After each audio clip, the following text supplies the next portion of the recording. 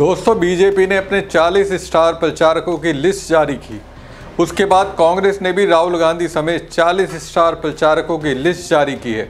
अब दोस्तों, कांग्रेस की ओर से बिहार के लिए राहुल गांधी का साथ देने के लिए जिस तरह से फौज तैयार की गई है, उससे कुछ हद तक बीजेपी के रणनीतिकारों का सर चकरा गया होगा।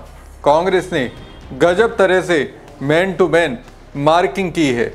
जैसे मोदी शाह हैं तो उनके सामने राहुल गांधी आएंगे, मोदी शाह हैं तो उनके सामने सोनिया गांधी आएंगी, मोदी शाह हैं तो उनके सामने प्रियंका गांधी आएंगी, मोदी शाह हैं तो उनके सामने मल्लिकार्जुन खड़गे आएंगे। यानी पीएम मोदी, गृह मंत्री अमित शाह को कांग्रेस के रणनीतिकारों ने चारों तरफ से घेरने का प्लान तैयार किया है।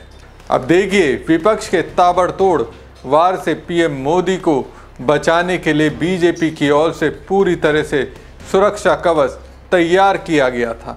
जैसे मोदी के वादे, दावे, वार पलटवार को ढाल देने के लिए बीजेपी ने स्टार प्रचारकों की लिस्ट में कुछ ऐसे नेताओं को टास्क दिया है जिनकी अपनी ही तरह की राजनीति होती है। अब सोचिए, सीएम योगी प्रचार करेंगे तो उनकी राजनीति का मुख्य मुद्दा हिंदुत्व की राजनीति करना होगा।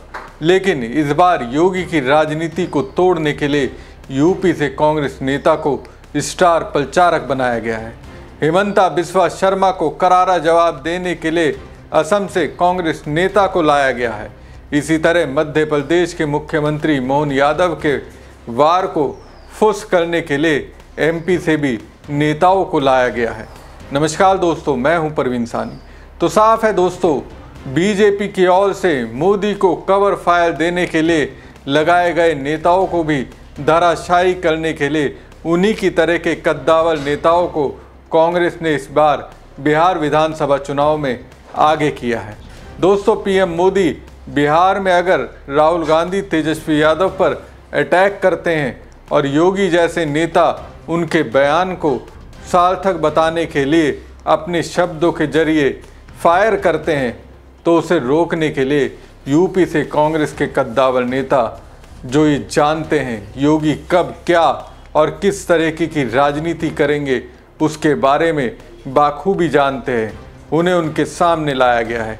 ये एक तरह से हॉकी और फुटबॉल में अपनाई जाने वाली रणनीति मैन टू मैन मार्किंग की तरह है। मतलब स्ट्राइकर अगर गोल दागने का प्रयास करे तो उनको कवर देने वाले जो जहां होंगे वहीं टिक कर रह जाएंगे। दोस्तों, बिहार चुनाव को लेकर कांग्रेस ने अपने स्टार प्रचारकों की सूची जारी कर दी है। इस लिस्ट में सोनिया गांधी, मल्लिकार्जुन खड़गे, राहुल गांधी, प्रियंका गांधी समेत कुल 40 नाम हैं।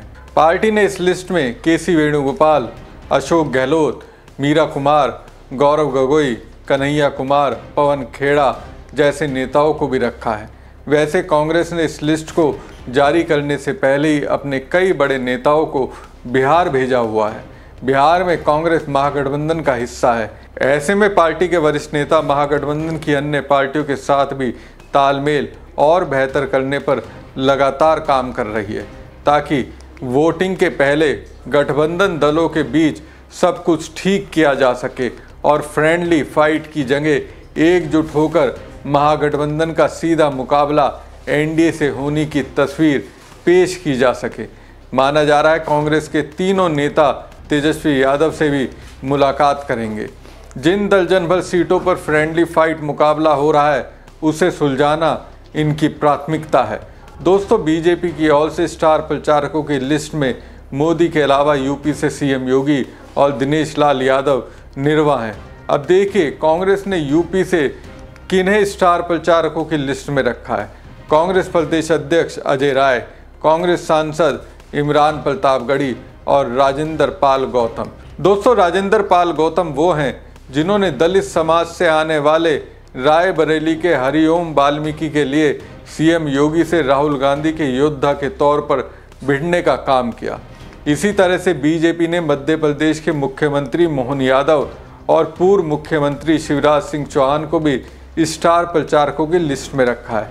अब उन्हें स्टार प्रचारक बनाने के पीछे मकसद ये हो सकता है कि मोहन यादव समाज से आते हैं। अब बिहार में तो तेजस्वी यादव के कारण यादवों को एक मुश्त वोट महागठबंधन की ओर ही जा रहा है। अब उस वोट बैंक में सेंधमारी करने के लिए मोहन यादव को स्टार प्रचारक की भूमिका में बिहार लाया गया है। इधर कृषि मंत्री शिवराज सिंह चौहान के पास राजनीति की दुनिया में दशकों का अनुभव है, इसलिए उन्हें स्टार प्रचारक बनाया गया है। लेकिन इधर कांग्रेस ने भी खेल ये कर दिया। उन्हीं के प्रदेश से कांग्रेस के स्टार प्रचारक की लिस्ट में दिग्विजय सिंह और कांग्रेस प्रदेश अध्यक्ष जीतू पटवारी को प्राथमिकता दी गई है। ये ऐसे नेता हैं जिन्होंने शिवराज सिंह चौहान और मोहन यादव की राजनीति के बारे में बाखूबी मालूम है। इसी तरह देखिए, अमित शाह ने योगी से हिंदू मुस्लिम की राजनीति में 2 कदम आगे बढ़ने के लिए बेकरार असम के मुख्यमंत्री हेमंत बिस्वा शर्मा को बिहार चुनाव में स्टार प्रचारक के तौर पर एंट्री करवाई है। तो राहुल गांधी ने अपने भरोसेमंद और असम कांग्रेस अध्यक्ष गौरव गोगोई को स्टार प्रचारकों की लिस्ट में जगह दी है। गोगोई तो असम में सीएम हेमंत बिस्वा शर्मा की राजनीति को धीरे धीरे से जबरदस्त तरीके से तोड़ रहे हैं। वहीं दिल्ली की मुख्यमंत्री रेखा गुप्ता और बीजेपी सांसद मनोज तिवारी को भी बीजेपी ने स्टार प्रचारकों की लिस्ट में रखा है।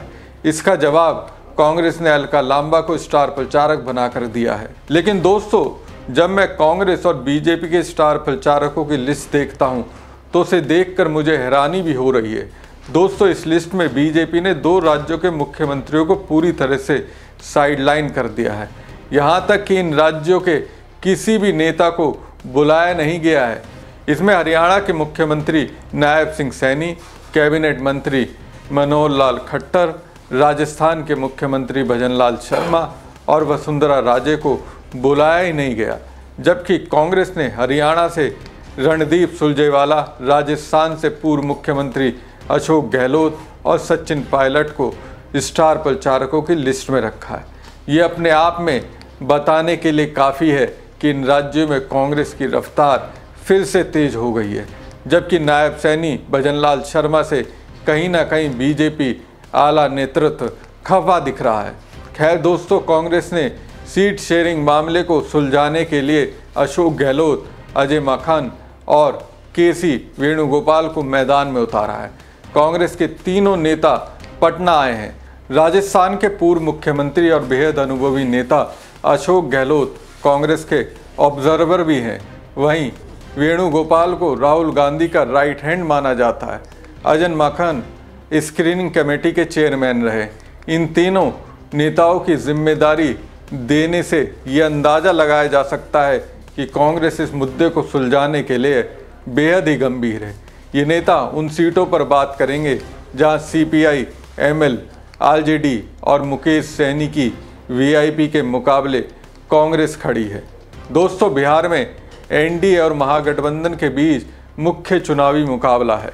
एनडीए में बीजेपी जेडीयू 101 सीटों पर, एलजेपी-आर 29 और आरएलएम और हम 6 सीटों पर चुनाव लड़ेगी। लेकिन सीटों के बंटवारे के बाद भी एनडीए में रस्साकसी जारी है। लेकिन कांग्रेस के कारण महागठबंधन में आपसी संघर्ष का वो दौर करीब करीब खत्म हो गया है। हमारी खबर आपको कैसी लगी कमेंट बॉक्स में कमेंट करके ज़रूर बताएं। साथ ही पेज को ज़्यादा से ज़्यादा लाइक और शेयर कीजिएगा। धन्यवाद।